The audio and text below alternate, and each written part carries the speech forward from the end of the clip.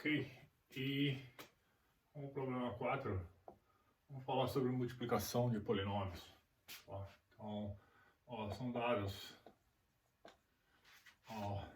P, o polinômio P, que a gente vai dizer que ele é representado por uma lista P de m-1, um polinômio Q, representado por uma lista Q de 0 até n-1. Eu vou ver o polinômio P vezes Q. Tá? Primeira observação simples e útil, né? É que digamos que a gente quer devolver um R aqui, tá? Polinômio R. Então, primeira observação útil, a gente tem que o grau de R é igual ao quê? É igual ao grau de P mais o grau de Q, certo? Bom, porque isso, como é que funciona a multiplicação de polinômios mesmo? Quem lembra? Escrever dois polinômios quaisquer aqui. Vamos escrever dois polinômios de grau pequeno, tá? E pode escrever, então, se fosse igual a P, se fosse igual, sei lá, P3x cubo mais P2x quadrado mais P1x mais P0 e o Q como se fosse, sei lá, um grau um pouco menor. Q2x quadrado mais Q1x mais Q0, tá? Como é que funciona a multiplicação de P por Q mesmo? Ela é semelhante à multiplicação de inteiros, né? Vamos lembrar do primeiro algoritmo que a gente aprende, isso ainda lá na escola, no colegial talvez, ou até antes. Não me lembro bem ao certo. Na verdade, bem antes, né? Imagina, acho que lá, quinta série, sexta série, alguma coisa assim, tá? E quando a gente quer fazer a multiplicação disso, bom, a gente multiplica termo a termo e soma os expoentes, né? Multiplicação de potências de mesma base, a gente soma os expoentes e coloca a constante resultante no termo correto do polinômio resultante, tá? E foi resultante duas vezes, mais ou menos isso. Tá, então a primeira vez aqui a gente pega o que? Seria Q vezes P0, né? Daria aqui uma função, tem o P0, Q0, e aí teria o que? Mais P1 Q0x mais P2 Q0x quadrado mais P3 Q0x cubo, tá? E essa foi a multiplicação de P por Q0, um caso especial, tá? Depois vem o que? Depois vem o próximo termo, tá? A gente pode multiplicar o Q0 por P1, então vai dar o que? Isso aqui vai dar Q1 P0x. Já vou colocar os termos de mesma potência, de mesmo grau um embaixo do outro para facilitar nas contas, tá? Mais o que? P1 que é 1x quadrado mais P2 que é 1x ao cubo mais P3 que é 1x à quarta, né? E essa foi o segundo termo. E finalmente o terceiro, tá? A terceira multiplicação dá Q2 P0 x quadrado mais Q2 P1 x ao cubo mais Q2 P2x à quarta, e aí tem mais um termo ali na frente que vai ser vou ter que botar aqui embaixo, né? Vou botar ele aqui embaixo, que vai ser o P3 Q2 x à quinta, né? E aí, bom, feito tudo isso, tem que fazer o quê? A gente soma esses três polinômios intermediários, que é a multiplicação de P por cada monômio de Q, né? Cada termo de Q chama um monômio. A gente multiplicou pelo P. Depois faz a soma e, obviamente, o grau do polinômio vai ser o quê? Esse vai ser um polinômio de grau 5, tá? Bom, a gente não sabe aqui bem quem é P3 e Q2, a gente só sabe o quê? Que, bom, se P é um polinômio de grau 3, então P3 é diferente de zero. Se Q é um polinômio quadrático, então Q2 é diferente de zero. Então, obviamente, P3 vezes Q2 é diferente de zero. Então, R é, de fato, um polinômio de grau 5. Tá? E o resto, bom, o resto pode ser cancelado, a gente nem sabe se todos os termos estavam lá. E era assim, esse acho que é o algoritmo mais intuitivo que a gente conhece para multiplicar polinômios. E não é difícil perceber o quê? Que a ordem do polinômio é o número de multiplicações, né? Vamos pensar assim primeiro, que o algoritmo faz é o quê? É o número de termos que a gente tem em Q vezes o número de termos que a gente tem em P, certo? Tem uma multiplicação para cada um dos termos que está aqui por todos os termos que estão ali. Tá? Então, se os dois polinômios tiverem o mesmo grau, digamos assim, n, tá? A gente realiza n quadrado multiplicações e, bom, na ordem de 3 vezes n somas, além das somas originais que a gente tem. Se a gente pensar que a gente tinha, para cada termo, grau n, a gente tinha n termos, então a gente tinha n menos 1 somas, são 3 vezes n menos 1, ordem de 3n somas, tá? E esse é o algoritmo que, sei lá, que a gente usava até o colegial, até começo da faculdade, vai continuar usando por um bom tempo para multiplicar polinômios, tá?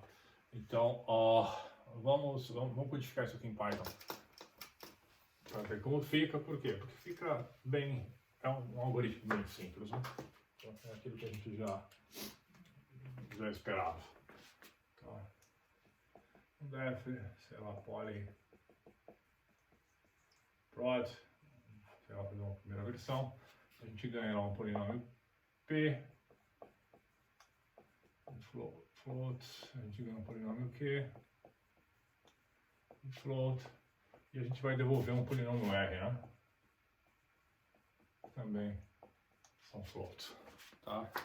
Bom, primeira coisa que a gente vai fazer, vamos supor que, só para manter, supor que vai o grau de P é m menos 1 e que o grau de Q é n menos 1, tá? Então, só para o código ficar simples. Então, a primeira coisa que a gente faz, vamos pegar o m e o n, como se fosse o quê? O grau de P mais 1 e o grau de Q mais 1. Tá? Primeira coisa que a gente tem que fazer é criar a lista que vai conter o polinômio R. Tá? Como é que a gente cria isso? Bom, vamos criar então um vetor inicialmente com zeros. E, bom, o grau de R a gente sabe o quê? Que é o grau de P mais o grau de Q, né? Então, a gente soma tudo isso aqui dá o quê? A gente sabe que isso aqui é o grau de R, isso aqui vai dar o quê? M mais N menos 2, tá? Então é isso que a gente tem que multiplicar aqui, M mais N menos 2, certo? E agora? Bom, agora para cada elemento, sei lá, de P, a gente multiplica por Q e soma, ou para cada elemento de Q, a gente multiplica e soma, tanto faz, né? A multiplicação, ela é comutativa, tá? Então a operação aqui, é interessante observar isso, né? A multiplicação de inteiros, ou de reais nesse caso, ela é comutativa, e a multiplicação dos nossos polinômios também é comutativa, tá? Então, a operação de multiplicação em polinômios também é comutativa. Aliás, os polinômios, eles compartilham polinômios em reais, eles compartilham muita a estrutura deles é muito semelhante à estrutura dos inteiros, tá? Os inteiros formam um anel dos inteiros, e os polinômios formam um anel dos polinômios, tá? E as matrizes formam um anel das matrizes. Então, algebricamente, esses três objetos, apesar de serem diferentes, eles compartilham a mesma estrutura, mas eu não vou entrar em muitos detalhes nisso agora. Então, ó, vamos fazer esse algoritmo que a gente simulou, algoritmo simples. Então, sei lá, for i em range de quem? Em range de m, for j em range de n. Vou ter que apagar o polinômio aqui agora, tá? Eu preciso de espaço. Então, o que a gente tem ali? I vai estar apontando para um termo de P, J vai estar apontando para um termo de Q, tá? A gente sabe o que? A gente sabe que a multiplicação da constante de um pelo outro vai ter que ser guardada em R, tá? Então a gente vai ter um R de alguma coisa aqui, igual ao quê? Mas igual, né? Porque pode ser que apareça um termo de mesmo grau, apareça mais de uma vez. Já vamos falar do grau exatamente, vai. O termo de grau I em P está multiplicando o termo de grau J em R. Isso aqui vai dar o quê? Vai dar certamente um termo de grau I mais J em R, né? Isso aqui vai ser igual ao quê? Bom, não necessariamente igual, por quê? Porque a gente pode perceber que para o mesmo grau em R, pode ter mais de um termo sendo somado ali. Então, isso aqui é mais igual a o P de I vezes o quê? De J, certo? E tralalá, tralalá, termina aqui. Ao final dos dois fors, o polinômio que a gente quer está devidamente computado em R. Então é só devolver a lista R. Tá? E isso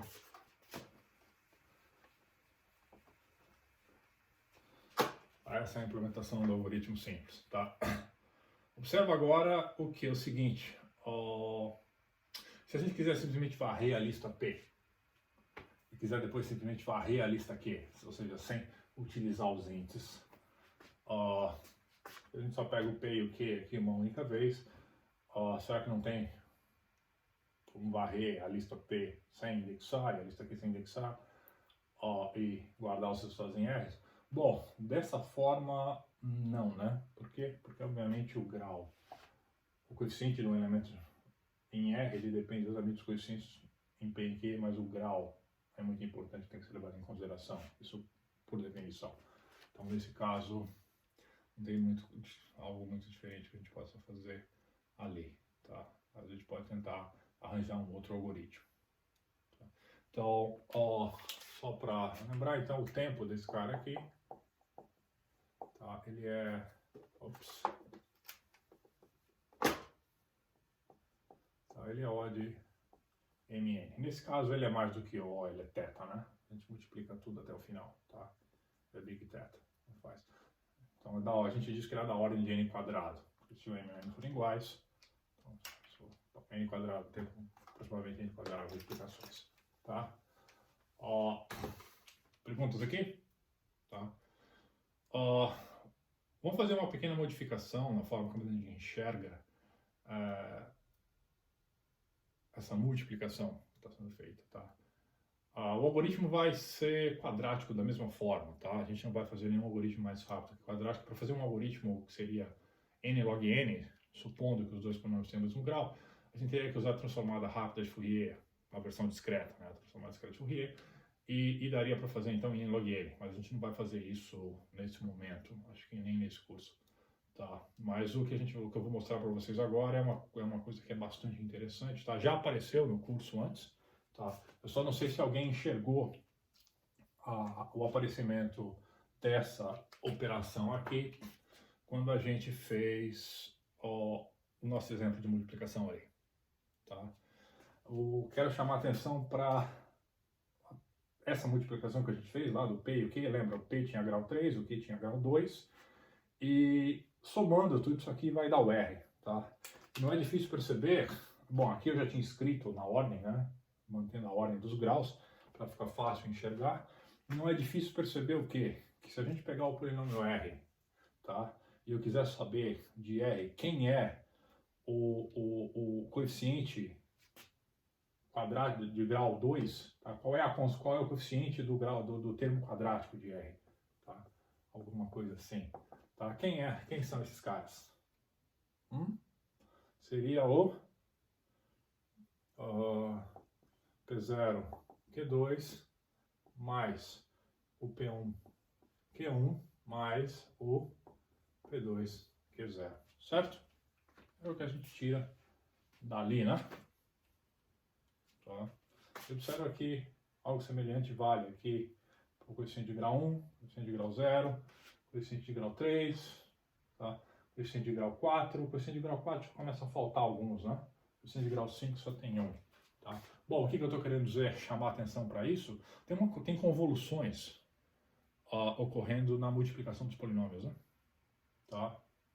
Então, no fundo, tá? O coeficiente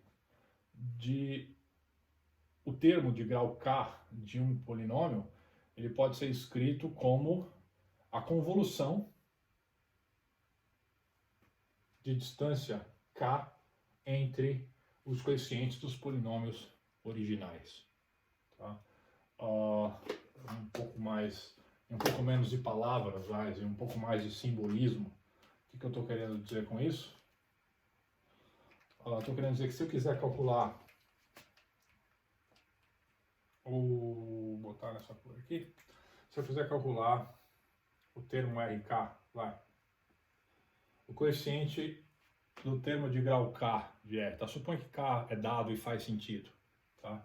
Isso aqui seria igual ao quê? Bom, isso aqui seria igual a soma para indo de 0, tá? Até K do quê? Do P de I vezes o Q de K menos I, tá? Com alguns detalhes, tá? Que detalhes são esses? Bom, suponha aqui que o grau de P é M menos 1 e que o grau de Q é N menos 1, tá? Então essa expressão aqui, ela está toda correta se supormos que o quê? Que o P de I, ele vale 0 se o I for maior que M menos 1, tá? E o Q de K menos I também vale 0 se o quê? Se o K menos I for maior que N menos 1. Tá? Ou seja, porque é o grau do polinômio. Tá? Então, do jeito que a gente escreveu aqui, se eu te der um K, valor de K pequeno, isso obviamente vai funcionar, como funciona aqui no caso do grau 2, né? Tá? Ou seja, se eu te der um K que é exatamente menor ou igual ao mínimo, tá, do grau dos polinômios, isso vai funcionar. Tá? Como o caso aqui, se o K for 2, exatamente o quê? P0 vezes Q2, mais P1 vezes Q1, mais P2 vezes Q0. Tá? Se eu te der aqui no caso 3, isso também vai funcionar. Tá? Vai dar P0 vezes Q3, mais P1 vezes Q2, mais Q2 vezes P1. Tá? E foi o que deu, né? Não tinha mais o que aconteceu ali. Acho que tá faltando alguma coisa ali. Não, não tá não. Era o que tinha. Tá? Então agora se o K for, se o K for maior, por exemplo, se eu quiser o K4, 5, obviamente a gente não vai ter todos esses termos do somatório. Então supondo que se o termo não existir, tiver definido, ele vale 0, tá? Isso aqui vale 0. Então a gente pode simplesmente olhar o quê? Isso aqui é uma convolução, né? Simples, tá? E ela já apareceu, inclusive no ECE, né? Durante o ECE, ela apareceu lá no curso. E por que isso é interessante? Bom, é interessante porque é uma outra forma de olhar para a multiplicação do polinômio. A operação de convolução está aparecendo ali. Sim, a operação de convolução aparece na multiplicação de polinômios, tá? Mais do que isso, por que isso é interessante? Imagina que você só quer calcular a constante do termo de grau K da multiplicação de dois polinômios, tá? O polinômio R. Observando para a multiplicação como uma convolução, você consegue calcular exatamente o coeficiente do termo de grau K diretamente com essa fórmula sem ter que calcular todos os demais. Tá? No primeiro algoritmo que a gente fez aqui, que era o algoritmo que a gente usava na escola, se eu quisesse saber exatamente quem era o termo de grau K, bom, no pior caso eu teria que calcular o quê? Eu teria que calcular a multiplicação dos dois polinômios. Tá? Eu teria que levar esse algoritmo até o final, para só no final obter a resposta que eu realmente quero. Tá? E, bom, isso aqui é generalizável para mais do que dois polinômios, isso aqui também. Então isso podia ficar bem pior, tá? Nesse caso, usando a convolução, não, eu posso ir lá e calcular direto qual é o coeficiente que eu quero. Tá? Bom, por que eu ia querer isso? Pode ser que você tenha uma aplicação que você esteja interessado. Mas mais do que isso, a gente percebe o quê? A fácil paralelização dessa multiplicação baseada em convoluções. Tipo, cada coeficiente independe dos demais. Eu só preciso do quê? Dos coeficientes originais. Tá? Eu não vou, uma vez que eu calculei esse cara, eu não vou somar ele mais com ninguém, como eu estava sendo feito antes, tá? Então isso aqui dá um algoritmo muito mais fácil de paralelizar do que o anterior, tá? Eu não vou falar muito em grau de paralelismo nesse curso, mas não é difícil vocês perceberem ou fazerem um exemplo na mão pequeno, testando os algoritmos, para você ver o quão mais independentes são as contas feitas nessa versão usando convolução do que na versão que é, sei lá, o algoritmo de ginasial, de multiplicação de polinômio, tá? Então, bom, supondo ainda que a gente tem essas hipóteses aqui, como é que ficaria um código para multiplicação do polinômio? Bom, os graus são os mesmos e o R é o mesmo, certo? Então, o grau do R é o mesmo. O que muda são os laços que estão envolvidos, tá? São dois ainda, tá? Então nem muda muito. O que a gente tem que fazer agora? Bom, a gente tem que calcular o coeficiente de R. Bom, o R tem grau o quê? Tem grau M mais 2, M mais N menos 2, como a gente já sabe, né? Então, a gente faz um for i em range M mais N menos 1, tá? Onde ele termina. Na verdade, esse é o K, né? Esse é o laço K, que é o grau que a gente quer, tá? Inverte a ordem. E aí a gente tem ali dentro, tá? Vamos fazer a primeira versão simples, que é para cá em range do quê? De 0 até K mais 1, né? É isso que aparece ali, se a gente ver todos os detalhes que estão envolvidos, tá? Bom, agora acontece o quê? Agora acontece que a gente coloca já, tem que guardar essa soma aqui, né? Tá? O R começou com 0, tudo bem. E observe que o K vai ser determinado aqui e nunca mais a gente vai mexer nele, né? Tá? Uma vez que o K aqui avançar, nunca mais a gente mexe naquele K, mas a gente mexe bastante aqui dentro. Então, o R de K aqui vai ser mais igual a quem? Bom,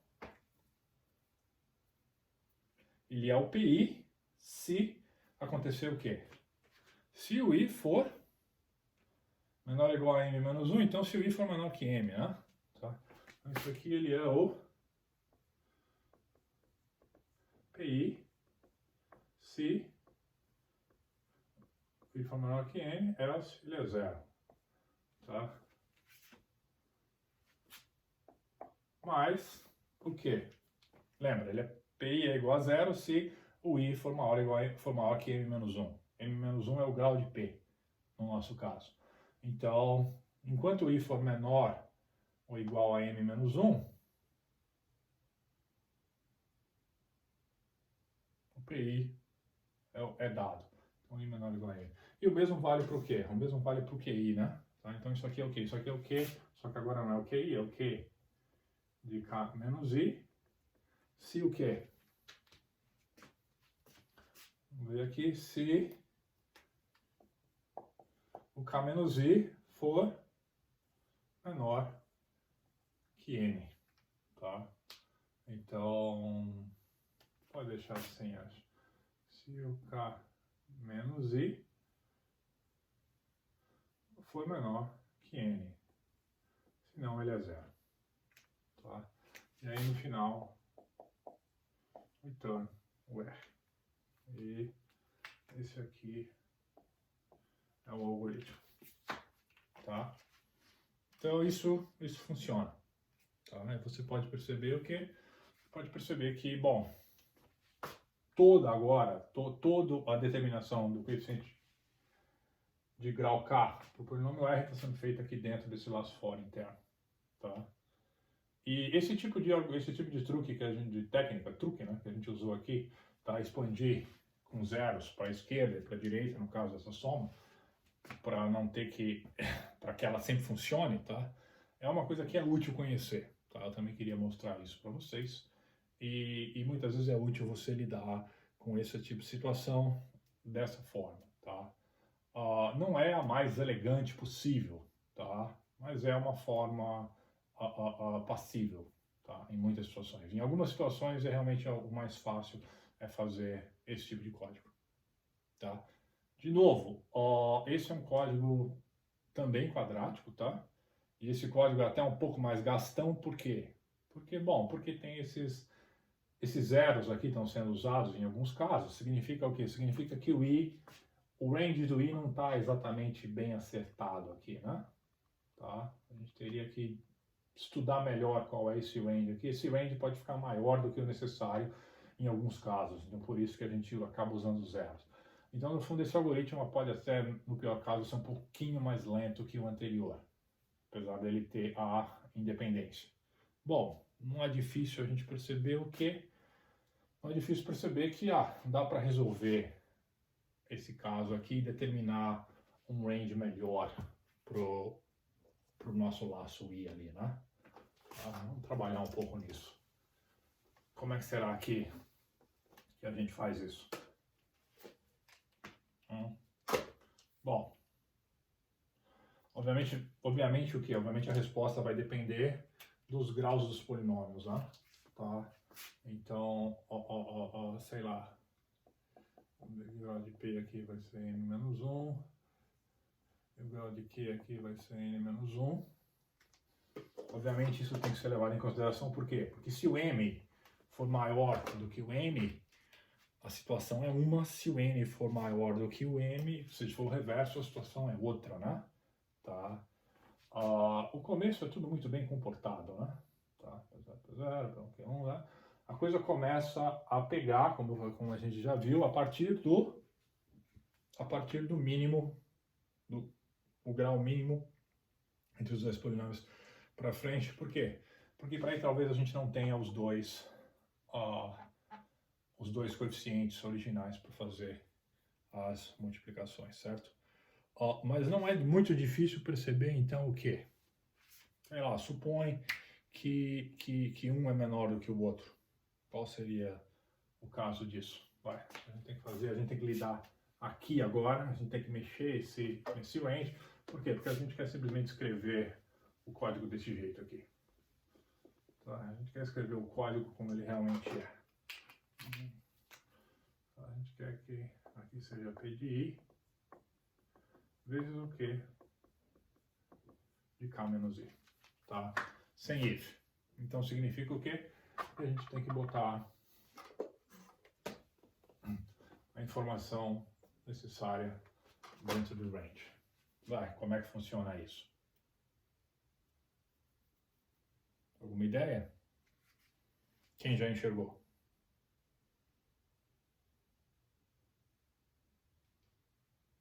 Não? Tá. Então, a gente tem que começar com 0 aqui até cá. Qual pode ser o problema que acontece aqui? Bom, o PI, enquanto o I estiver crescendo, o PI vai começar muito bem. PI 0, 1, 2, 3, 4. O PI, essa parte aqui do produto, ele só vai ter problemas a partir de um certo, vamos chamar aqui de calinha, tá?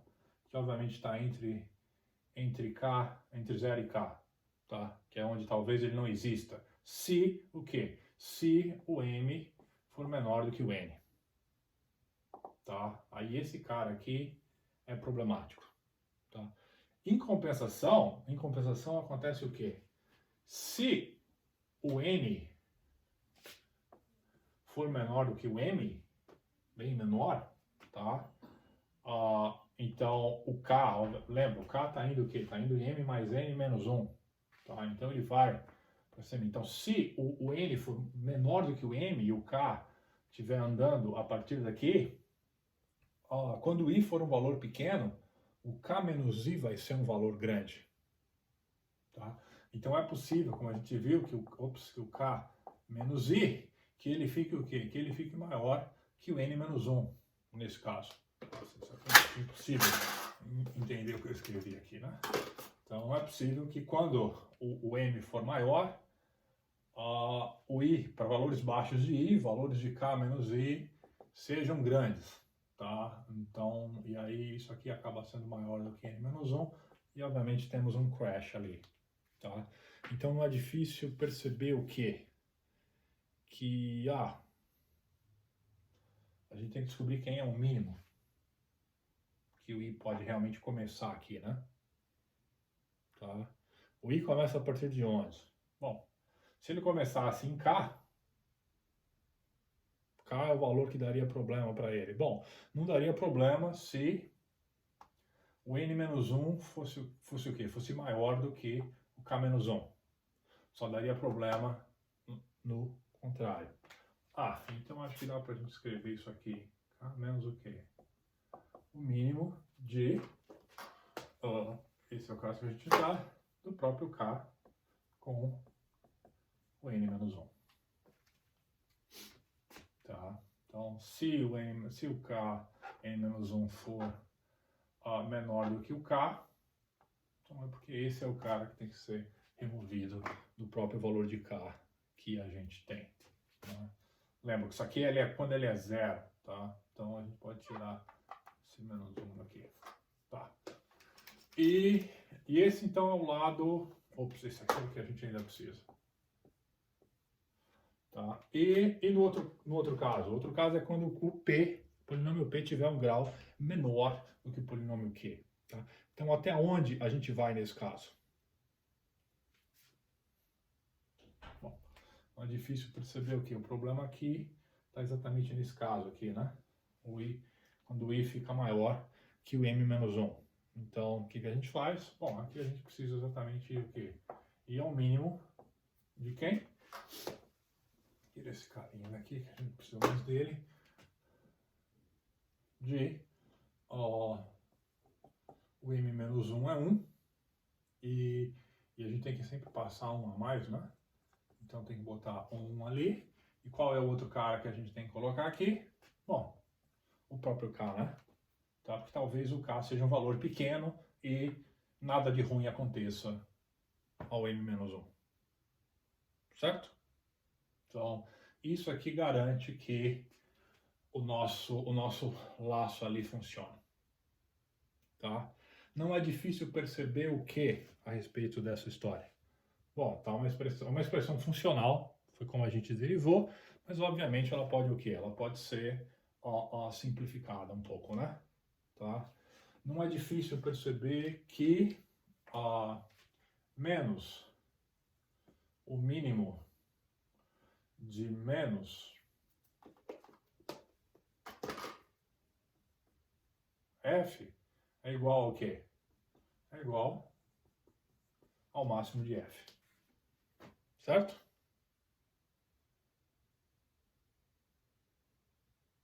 Então, se você tem função negativa, você acaba obtendo o máximo com aquilo ali. Tá? Então, usando, não sei se vocês conheciam essa expressão, vale usar o máximo no lugar do mínimo também, tá? E vice-versa. Isso é uma transformação válida e muito útil de ser conhecida, tá? Então, o que dá para a gente fazer ali, obviamente, é o que? Essa expressão aqui toda que está aqui dentro pode ser transformada em quê? Vou colocar ela aqui embaixo para a gente poder mexer um pouquinho na outra. Então ela pode ser transformada em quê? Ela pode ser transformada em, bom, menos mínimo. Se eu tiver menos aqui dentro, né, eu posso ter o quê? Eu posso ter o máximo de quem? K menos o K. Então isso aqui vai dar zero. E o que dá no outro? O outro eu vou ter K menos N mais 1, né? tá? Então a primeira parte pode ser transformada nessa expressão. E a segunda parte, bom, a segunda parte é o mínimo de dois valores mais 1. Então, bom, não é difícil perceber o quê? Esse aqui é mais simples, ó. Esse aqui é bem mais simples, né? Não é difícil perceber que a gente pode botar um mais 1 aqui e põe um outro mais 1 ali dentro e isso aqui some, tá? Então, no fundo, a gente pode, o código final pode ser escrito dessa forma, tá? Então, vou arrumar aqui, só para a gente deixar uma versão final. Então fica o range, que vai de máximo de 0 até k menos m mais 1, até o mínimo de k mais 1 ou m, tá? E com isso, usando o máximo e mínimo, nós tratamos desses casos específicos, porque o PI é 0 ou que K menos I é 0. Nesse caso, eles nem existem, né? A gente estava supondo que eles eram 0 porque eles não existiam. Nesse caso aqui, em vez de colocar 0 lá, a gente sabe exatamente a partir de quando eles existem e até onde eles existem, tá? Então as contas vão sempre ser feitas corretas. Então esse algoritmo faz as mesmas... não faz mais conta do que precisa, não faz mais multiplicação nem soma, além das que precisa. E, bom, todo o coeficiente de K, R de grau K é determinado exatamente dentro desse laço, então isso é altamente paralelizável, tá? E também, mais uma vez, é interessante ver esse tipo de problema envolvendo índices, envolvendo limites, e trabalhar com isso, porque é assim que a gente desenvolve uns bons skills de programação, tá? E, de novo, então esse ainda é um algoritmo quadrático, tem como fazer a multiplicação de polinômios em tempo linearítmico, né? N log n, supondo que os dois polinômios têm o mesmo grau, só para simplificar a notação. Mas aí o algoritmo é bem diferente, tá? O algoritmo baseado em análise de Fourier, em transformada de Fourier, na verdade, transformada rápida de Fourier, a versão discreta. Mas isso eu não vou, como eu falei, cobrir agora com vocês, tá? Então é isso aí. Perguntas nesse caso?